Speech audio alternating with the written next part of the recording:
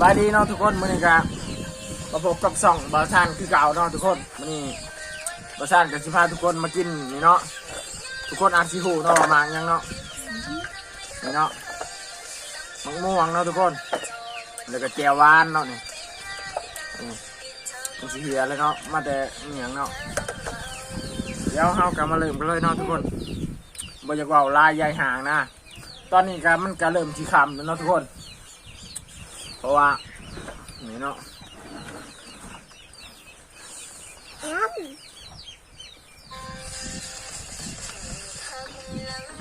นี่แต่หน่วยเต็มคำเลยเนาะทุกคนพอดีหน่วยละคำลองเบิ่งเนาะลองเบิ่งเนาะเนาะกำลังเก็บมาใหม่ๆเนาะมะม่วงสดๆห่อนๆเลยเนาะบ่มันหนาวตอนนี้อากาศมันหนาวเนาะทุกคนก็เลยเฮาก็เลยเคยจะกินสมเนาะเดี๋ยวก็ไปเอามะม่วงมาเนาะทุกคน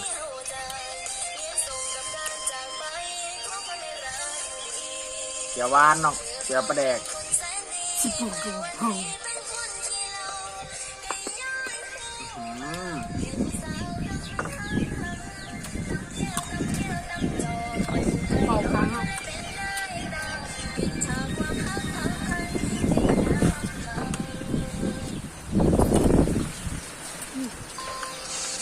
หนาวเนาะทุกคน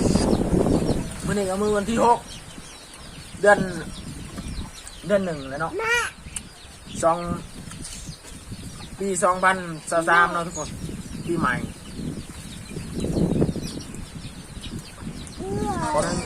ขออนุญาตใส่ปากเนาะมันบ่ถือขามาซื้อมีดมาเดี๋ยวเอาไป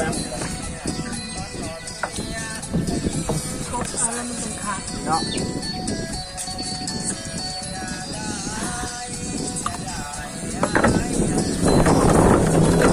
ร้องแห้งเนาะทุกคนตอนนี้ก็ประมาณ4 โมงแรกเนาะอยู่หน้าอากาศหนาวผมมีแบบเหตุการณ์พากันมากินมะม่วงเนาะมาเด้อทุกคนแสบไร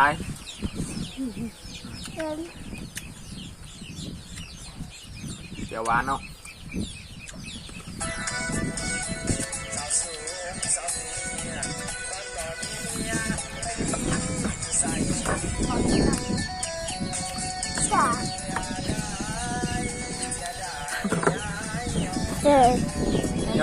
อย่าบังกล้องครับเดี๋ยวทานผู้เบิ่งผู้เห็นเนาะ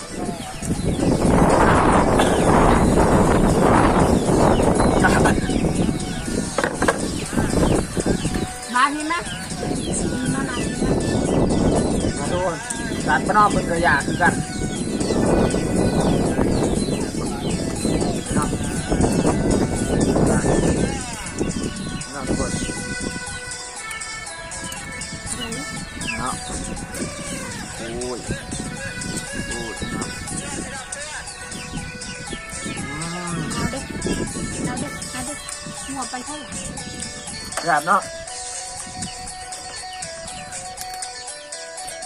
เด้อพี่น้อง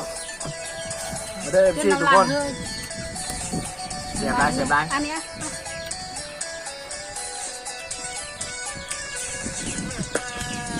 กินมาก่อน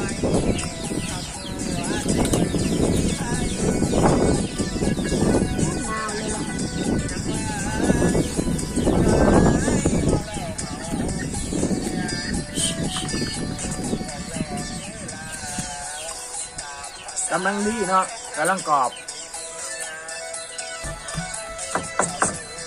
บสมบหวานเนาะผู้ที่เปรี้ยวบสมบหวานปลาได้เนาะผู้ที่ปานกลางเนาะเต็มคำ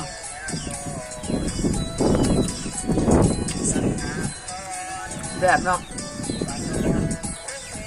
โดนกินเถื่อบริกินแต่โดนแหละเนาะบริกินแต่โดนแหละเรียกว่า กว่าผมก็ตั้งได้บริการเพราะว่าผมมีเวลาไปหาเพราะว่าอยู่ในบ้านมันผมมีเนาะประมาณว่าอยู่ในหน้ามันผมมีแต่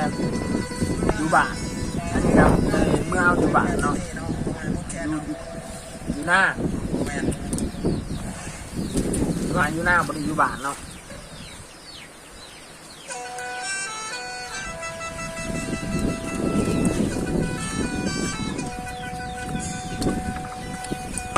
กินชมตอนแรกเจ้าว่ามันแรกเจ้าว่าที่ไปถ่ายมันขึ้นจ้ะขึ้นยากเลยครับเลยสั่งให้เป็นไปก้อยแก้วเดี๋ยวก็ไปเอาหมกม่วง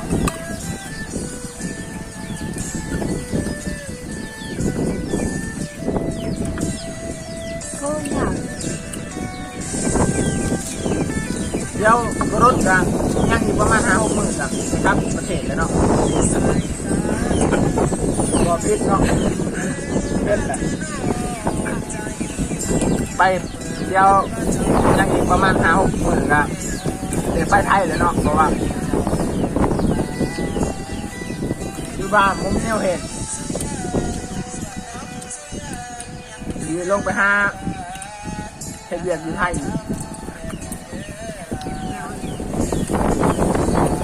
ยังอีกประมาณ5-6 มื้อเนาะ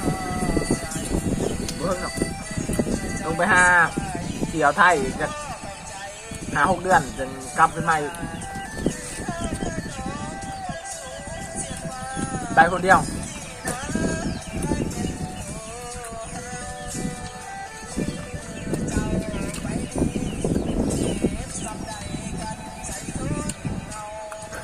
มาพี่น้องแสบไรจะได้แล้วมันจะเผ็ดหน่อยหนึ่งเนาะน้ำแจ่ว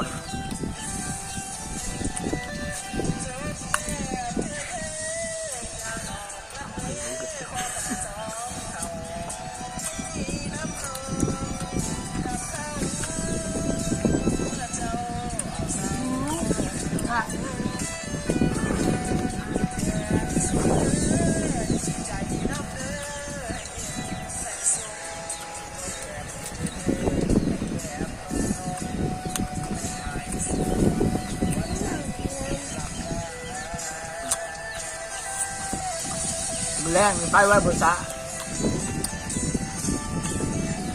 ตอนนี้ค่ำแต่5-4 โมง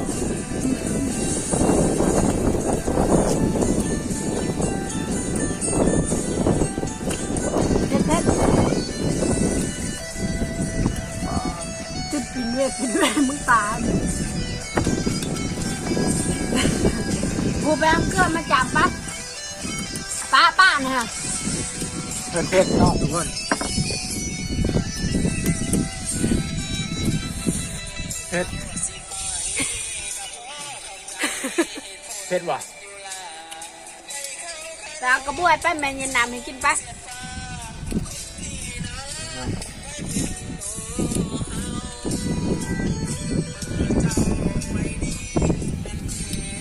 เผ็ดไรเบิ้งเอาชิตังก่อน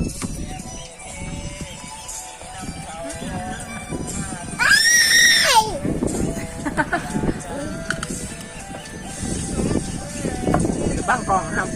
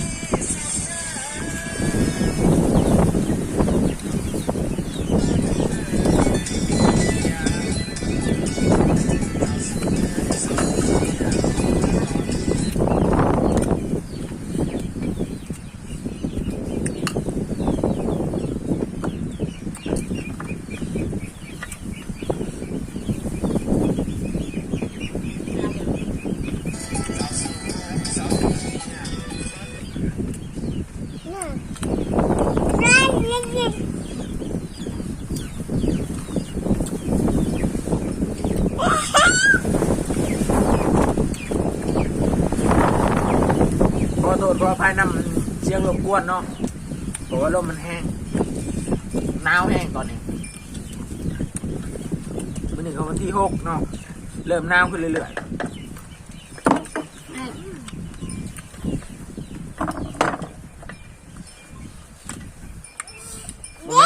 บ่แม่น19 องศาบ่ความหนาวหรือว่า20 องศาก็คือก็ติดลบแล้ว